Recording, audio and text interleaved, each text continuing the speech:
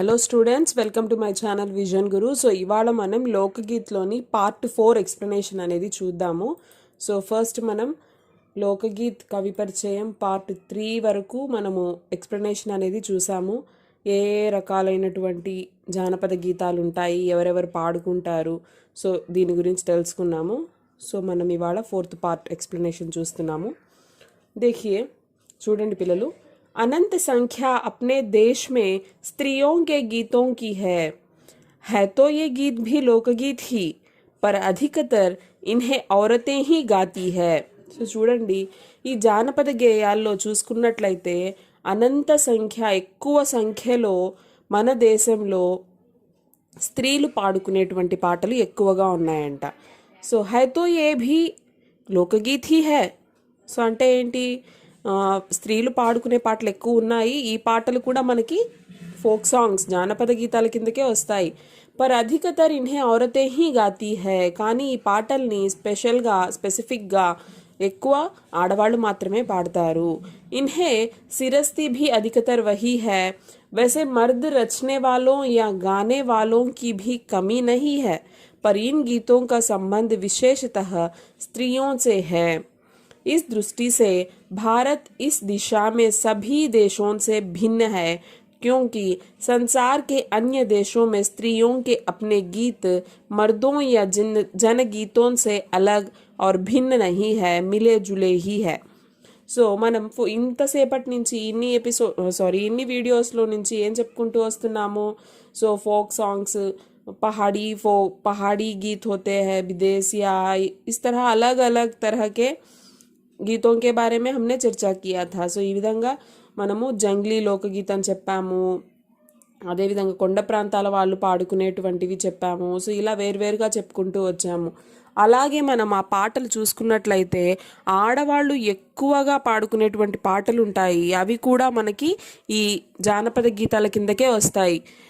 అలాగే ఈ పాటల్ని ఎక్కువగా ఎవరు రచిస్తారు అంటే వాళ్ళే, అంటే సందర్భానుసారంగా అప్పటికప్పుడు వాళ్ళే, అంటే సాధారణంగా మాట్లాడుకునేటువంటి మాటల్ని పాటల రూపంలో వాళ్ళు అనువదించుకొని ఆ విధంగా పాడతారనమాట.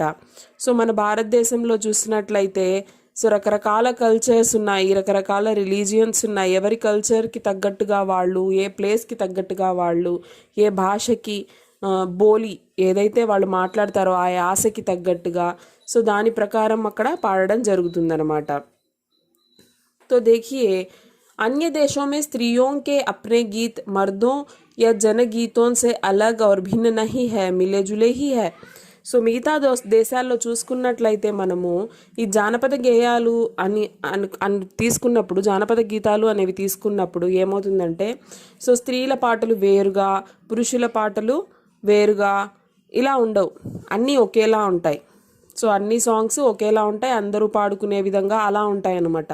సో మన దేశంలో మాత్రము ఈ స్పెషాలిటీ ఉంది. ఏంటి అంటే, మనకి స్త్రీలు కూడా చక్కగా స్త్రీల వరకే వాళ్ళ కోసం వాళ్ళు రచించి వాళ్ళే కంపోజ్ చేసి పాడుకునేటువంటి పాటలు ఎక్కువ ఉన్నాయన్నమాట. त्योहारों पर नदियों में नहाते समय के, नहाने जाते हुए राह के, विवाह के, मटकोड़, ज्योनार, संबंधियों के लिए प्रेमयुक्त गाली के, జన్మ ఆది సభీ అవసరం కే అలగ్ అలగ్ గీత్ హై.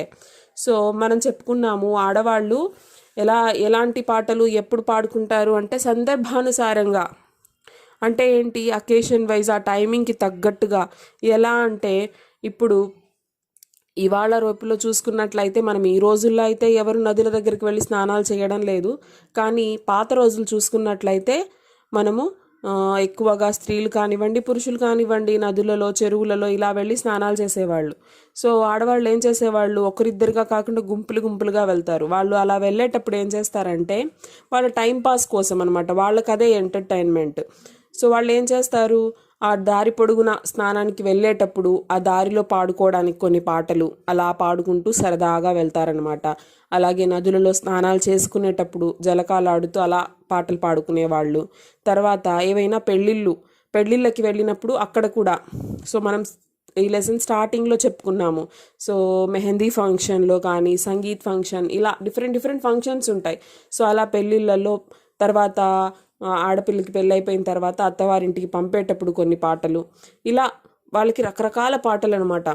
అదేవిధంగా పొలాలలో మనము నాట్లు వేసేటప్పుడు కొన్ని పాటలు పాడుతూ ఉంటారు.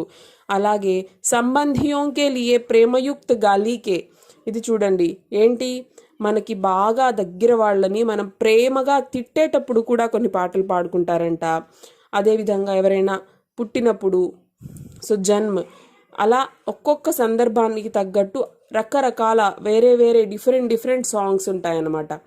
जो स्त्रियां गाती है इन अवसरों पर कुछ आज से ही नहीं, बड़े प्राचीन काल से वे गीत गाती रही है. సో చూడండి, ఇవి ఈరోజు నిన్నో వచ్చినవి కాదు. ఈ మెహందీ ఫంక్షన్కి ఒక పాట, సంగీత్ ఫంక్షన్కి ఒక పాట, సో ఇలా ఇవన్నీ కూడా ఇప్పుడు వచ్చిన కల్చర్ ఏమీ కాదు. ఇది చాలా ప్రాచీన కాలం, పురాతన కాలాల నుంచే, మన పాత రోజుల నుంచే ఈ ఆనవాయితీ వస్తూ ఉందన్నమాట. महाकवि कालिदास आदि ने भी अपने ग्रंथों में उनके गीतों का हवाला दिया है. सोहर, बानी, सहरा आदि अनेक अनंत गानों में से कुछ है. वैसे तो 12 माह से पुरुषों के साथ नारियां भी गाती है. देखिए यहाँ पे ఇక్కడ చూసినట్లయితే ఈ ఆడవాళ్ల పాటలు ఎంత ప్రాచుర్యం పొందాయి అంటే, మహాకవి కాళిదాస్ కూడా తను రాసినటువంటి గ్రంథాలలో ఈ స్త్రీలచే పాడబడేటువంటి ఈ పాటల గురించి ప్రస్తావించడం జరిగిందనమాట. సో అందులో బాగా చెప్పుకోదగ్గవి ఏవి అంటే సోహర్, బానీ, సెహరా ఇలాంటివి.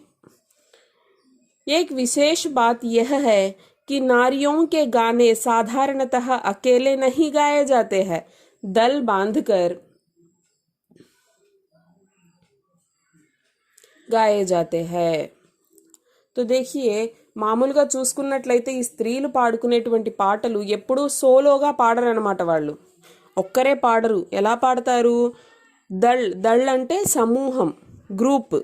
సో వాళ్ళు ఎప్పుడు గ్రూప్స్గా పాడతారనమాట. సో ఇక్కడ మనకు ఒక పిక్చర్ ఇచ్చిన్నాడు చూడండి.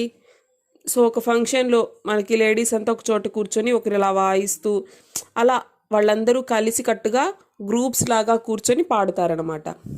అనేక కంఠ ఏక్ సాత్ ఫూटते हैं, यद्यपि अधिकतर उनमें मेल नहीं होता, फिर भी त्योहारों और शुभ अवसरों पर वे बहुत ही भले गाने लगते हैं. ఇక్కడ गाते लगते हैं అనుంది, गाने लगते हैं. देखिए ఏం చెప్తున్నారు ఇక్కడ? సో అనేక కంఠ ఏక్ సాత్ ఫూटते हैं.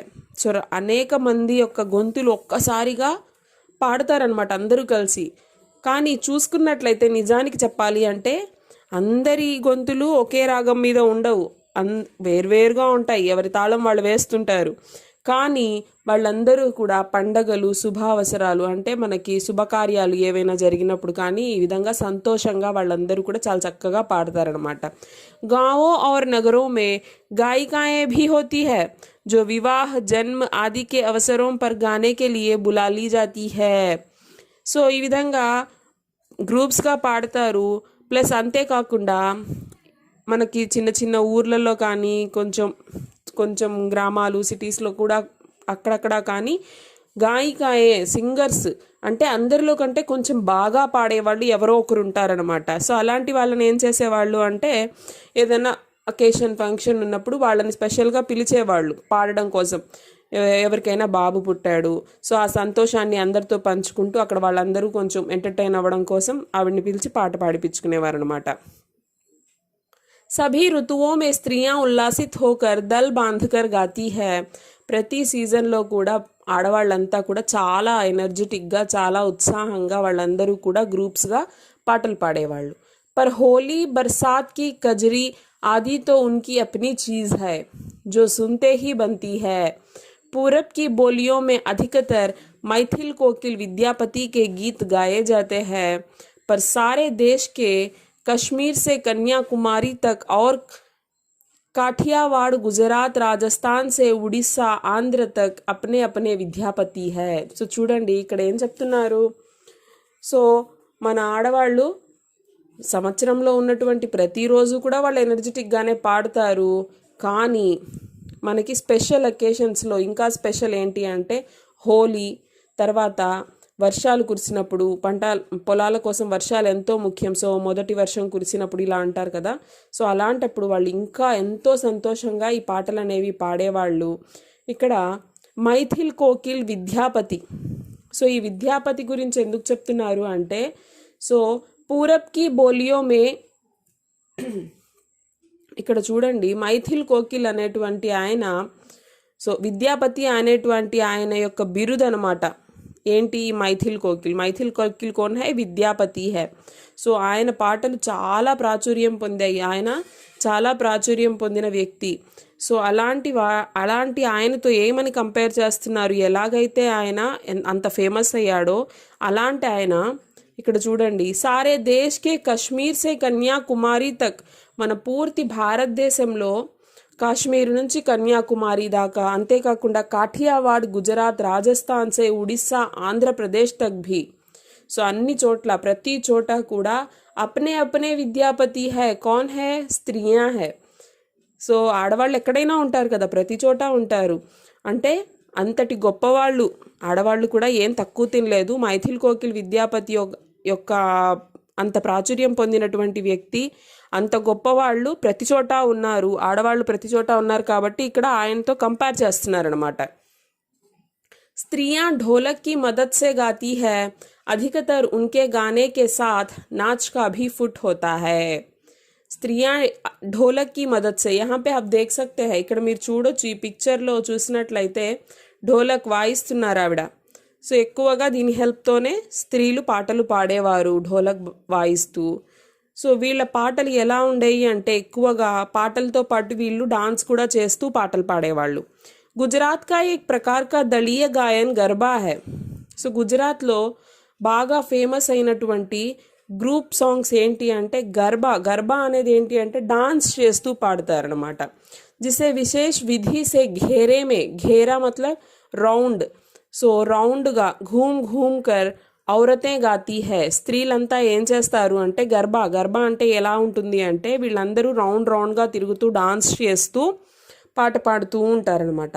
సో అలా డాన్స్ చేస్తూ సాత్ హీ లకడియా భీ బజాతీ జాతీ హై. సో చేతిలో స్టిక్స్ ఉంటాయి, మనకి ఈ సైడ్ మనకి కోలాటం అంటారు కదా, కోలాటం లాగా 2 స్టిక్స్ చేతిలో పట్టుకొని వాళ్ళు దాంతో డాన్స్ ఆడుతూ రౌండ్గా తిరుగుతూ సో పాటలు పాడుతూ డాన్స్ చేస్తారు. దాన్ని మనం గర్బా అంటాము.